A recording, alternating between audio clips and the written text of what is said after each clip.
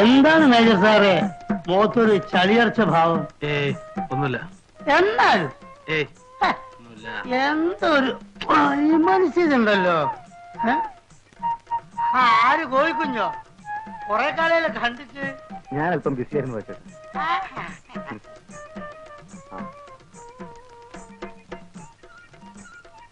അല്ല, നിങ്ങളല്ലേ അന്ന് പറഞ്ഞത് ട്രാൻസ്പോർട്ട് കൊണ്ട് സുന്ദരൻ നാട അല്ലെന്ന്? അങ്ങേര് തന്നെ ആണെങ്കിൽ താൻ പോയി ബസ്സിൽ കയറി ഇരുന്നു. അന്തസ്സുള്ളവരായ പറഞ്ഞ വാക്കിന് വില വേണം മിസ്റ്റർ. അന്തസ്സിനെ പറ്റി താൻ കൂടുതൽ സംസാരിക്കണ്ട. അന്തസ് കൂടി ഉണ്ടായിരിക്കും പെമ്പിള്ളാർ പറയാൻ വായുവൊക്കെ ഇറക്കുന്നത്. സ്ത്രീയും പുരുഷനും കണ്ടുമുട്ടിയാൽ പരസ്പരം ഇഷ്ടപ്പെട്ടാൽ അതിലെന്താ തെറ്റ്? ഇഷ്ടപ്പെട്ടാലല്ലേ? ഇഷ്ടപ്പെടാനും പ്രേമിക്കാനും വേണ്ടിയല്ലേ പുറകെ നടക്കുന്നത്. പ്രേമം ഇത്ര ഒരു അലവലാതി പരിപാടി ഈ ലോകത്തിലില്ല. റോമിയോ ജൂലിയറ്റ് എന്ന് കേട്ടിട്ടുണ്ട്. ലോകം മുഴുവൻ കരഞ്ഞ പരിശുദ്ധ പ്രേമം. അവരെന്താ അലവലാദികളാ? ആണേലും അല്ലേലും അവസാനം ചത്തില്ലേ രണ്ടും? എന്നാ പിന്നെ ഈ കോളേജിലും സ്കൂളിലൊക്കെ അത് പഠിപ്പിക്കുന്നതിനാ? പറ. അതൊരു ചോദ്യ മേജർ സാർ, അതൊരു ചോദ്യ. എടാ മരമണ്ടന്മാരെ, ഇതൊക്കെ പഠിപ്പിക്കുന്നത് നിന്നെ പോലുള്ള ഒരു പെമ്പിള്ളാരുടെ പുറകെ വായു കിടക്കാതിരിക്കാൻ വേണ്ടിയാ. മനസ്സിലായോ?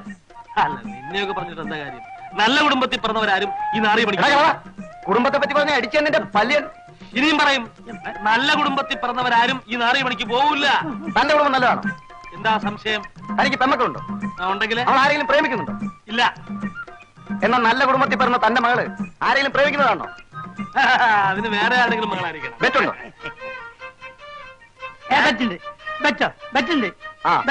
മേജർ സാറേ, ഇത് നമ്മളെ കുടുംബ പ്രശ്നമാണ്. ബെറ്റ് അടിക്കണം. എന്താ ബെറ്റ്?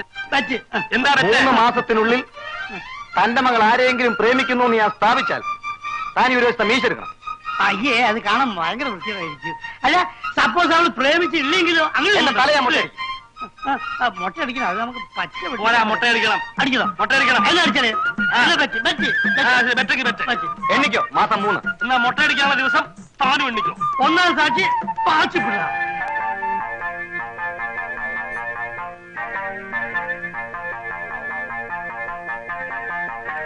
ഒന്ന് ചോദിച്ചോട്ടെ, അതിപ്രശസ്തനായ ഒരു ഫയൽവാൻ ഈ ഭാഗത്ത് എവിടെ താമസമുണ്ടല്ലോ, അദ്ദേഹത്തിന്റെ വീട് അറിയാമോ?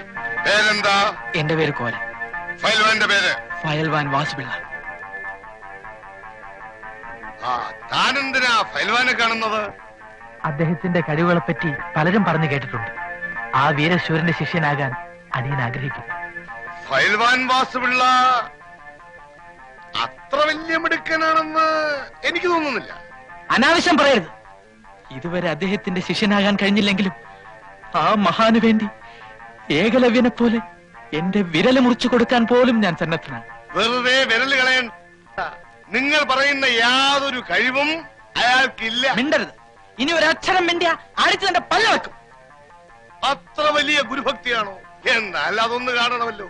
ഫയൽവാൻ വാസുപിള്ള ഒരു തെണ്ടിയാണ്. ക്ഷമിക്കണം, എന്റെ ഗുരുവിനെ പറ്റി പറഞ്ഞപ്പോൾ എനിക്ക് നിയന്ത്രിക്കാൻ കഴിഞ്ഞില്ല. ഈ അടി എനിക്ക് കിട്ടിയ അംഗീകാരം. നിനക്ക് എപ്പോ വേണമെങ്കിലും വന്ന് ഗുസ്തി പിടിക്കാം. ഞാനാണ് ഫയൽവാൻ വാസുപിള്ള. ഗുരു, നീ എന്തിനാണ് ഈ ലോകത്തുള്ള പെണ്ണുങ്ങളൊക്കെ പറ്റി അപവാദം പറയുന്നത്? എടാ, നീയല്ലേ പറഞ്ഞ ആ ജാനുവിന് ഗർഭാണ്, വയറ്റിൽ കുട്ടിയാന്നൊക്കെ ഡോക്ടർ ഓപ്പറേഷൻ ചെയ്ത് കട്ടിയാന്ന് പറഞ്ഞല്ലോ. എടാ, നിനക്ക് ഈ ബോർഡ് എഴുതി നടന്നാ പോലെ എന്തിനാ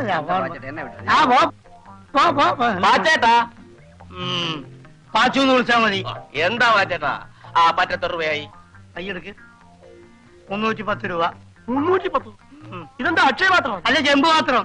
അല്ല, തന്നാലും തീരുന്നില്ല. ആട്ടെ, കറക്റ്റ് കണക്ക് പറ. 310 രൂപ 75 പൈസ. നിന്റെയൊക്കെ കണക്ക് എന്റെ മനസ്സിലുണ്ട്. അത്രയല്ലേ ആയുള്ളൂ. 400 തികഞ്ഞില്ലല്ലോ. വാച്ചേട്ടൻ പോയി. ഇനി കട ഇവിടെ ഇട്ടേച്ച് ഞാൻ ഇവിടെ പോണോ? അതല്ല വാച്ചേട്ടാ. ഒരു പാക്കറ്റ് വിൽസും ഇതേ 2 പഴവും. സപ്പോസ് പഴം ഇതേ തന്നെ വേണോ? ഒരു 5 രൂപ എടുത്തോണ്ട് വച്ചിട്ട്.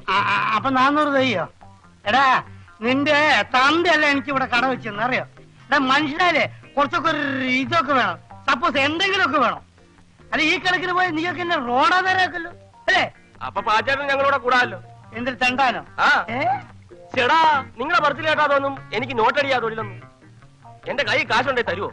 ഇല്ലാഞ്ഞിട്ട് ഉണ്ടെന്ന് തരുവോ? ഇല്ലാഞ്ഞിട്ടല്ലേ? അപ്പൊ സപ്പോസ് ഉണ്ടെങ്കിലും തരില്ല. ഇങ്ങനെ വായും പൊളിച്ച് നടന്നാൽ എവിടുന്ന് ഉണ്ടാവും? കോളേജ് വെക്കേഷൻ അല്ലേ, ഒന്നുകിൽ വീട്ടിൽ പോവുക, അല്ലെങ്കിൽ സപ്പോസ് ഇതിന് ജോലിക്ക് പോവുക.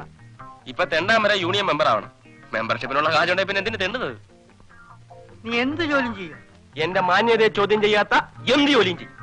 മാന്യതയോ നിനക്കുണ്ടത്? ആ, നീ ഏതായാലും ഒരു കാര്യം ചെയ്യും. ഇവിടെ വന്നിരിക്കുന്ന ആ കിഴവ മേജറില്ലേ, ആ പെൺകോന്തനോ? ആ, അയാളുടെ വീട്ടിൽ ഈ അല്ലറ ചില്ലറ ജോലിക്കൊക്കെ ഒരാളെ വേണം. നീ പോയിട്ട് അയാളെ കണ്ടിട്ട് വലിയ കാര്യമൊന്നുമില്ല, ആ തവണയൊന്ന് കാണും. എന്താ കുട്ടി ഇത്? എഴുന്നേൽക്കൂ.